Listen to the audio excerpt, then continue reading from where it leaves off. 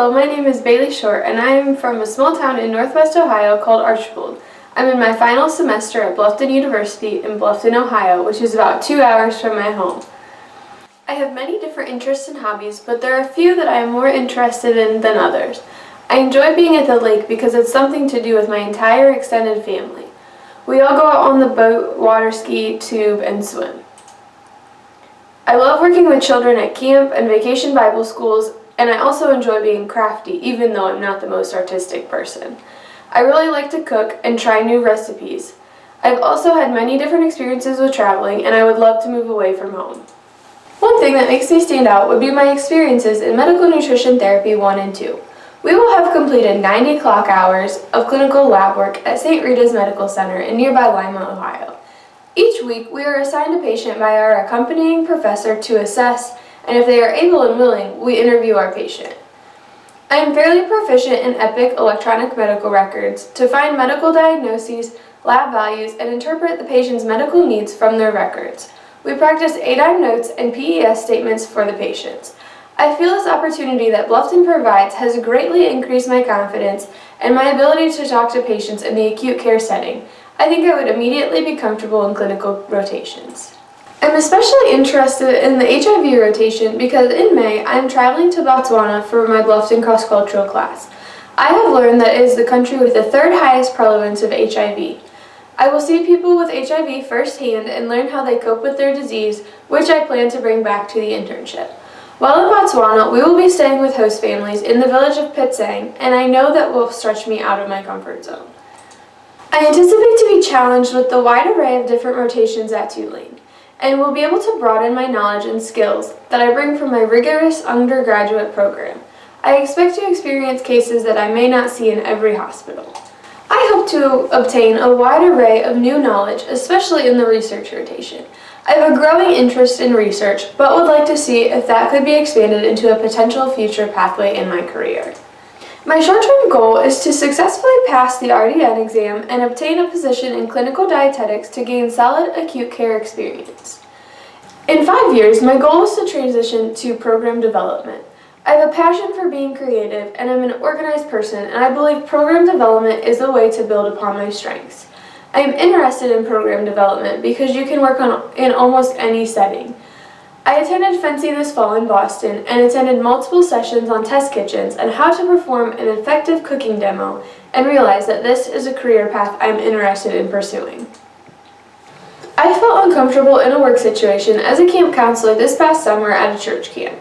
I had a co-counselor, Margie, who had very little experience working with young children. I have a great deal of younger cousins and family friends who all have children much younger than myself, so I know how to talk to children and can easily decide what's appropriate to say and what is not. Our girls had just finished 3rd, 4th, and 5th grade, so they were ages 9 to 11. One night at devotions, we were talking about how people are sometimes not very nice and they hurt people. So Margie decided to tell a story that left the girls confused and frightened. I immediately knew that I had to direct the conversation in another way. I did so by asking the girls how they have showed kindness by being nice to someone when others were being mean, and they all gave examples.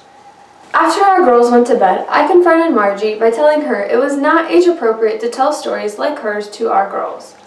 After talking, she felt she did nothing wrong, so the next morning I went to the camp director and reported the situation to her. If I felt uncomfortable in a situation during an internship rotation, I would first approach the person who is making me uncomfortable. Oftentimes, someone does not even realize that they are making you uncomfortable.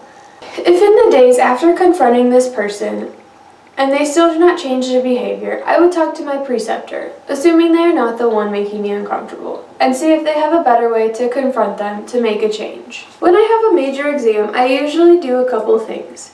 I'm a person who studies a little bit at a time for a while. I will usually study for about an hour and then take a break and do something to get my mind off it for a little bit and then go back. If I don't take breaks, then I don't focus well and retain the information. I currently go over all of the PowerPoints and read each slide. If there is something I do not understand, I compare notes I have taken to the ones on the slides. If the information is not there, then I look in the book to find the answers. If it is more of a definition type test, I will make flashcards for all the term. I try to use a variety of techniques, but know that continued practice and preparation is vital.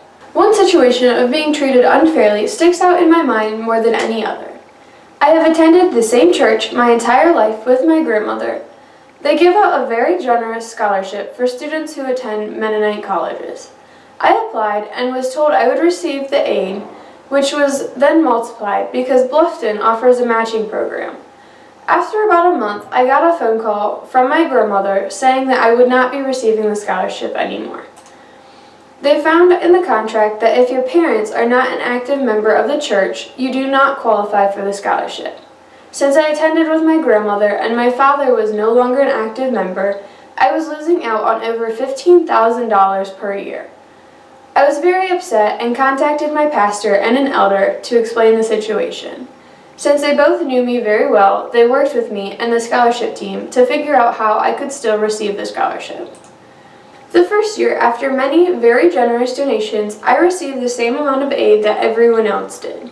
Since then, they have worked very hard to rewrite the contract so that this situation does not happen to anyone else. I learned during this situation that standing up for myself is very important. I believe I am better at having multiple tasks to work on at one time because if I only have one thing, I tend to overanalyze and make too many changes. When I have multiple things to be done around the same time, I still work on each deliberately, but do not have time to sit and change things. One example is Bluffton University Nutrition Association, BUNA, which I am an active member of, hosts a large harvest dinner in the fall to raise money for local food pantries. I was in the Food Service Systems Management class, and we were required to create and test a quality soup so that we could prepare it for the dinner. I am also the communication director for BUNA, so I had to create bulletin boards and help design and hang posters around town. As it so often happens in college, everything seems to get hectic at once.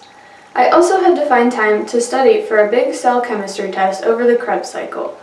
I did what I needed to do. We served 280 people and raised over $3,000, and I received a B on my exam. It felt good to accomplish all those things at the same time. This fall, I took a general education course titled Christian Values in a Global Community.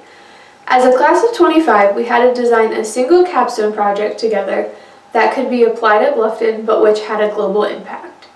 As a group, we decided to choose cleaning on campus and determine if the products used by Bluffton were made in a sustainable, environmentally friendly way. There were many people who were upset about this choice because they wanted to do another project, but they continued working anyway.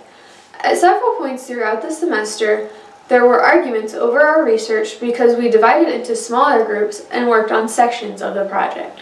Some teams focused on how cleaning gets done at Bluffton, who is paid, while others looked at sustainability and environmental hazards in the cleaning companies we use.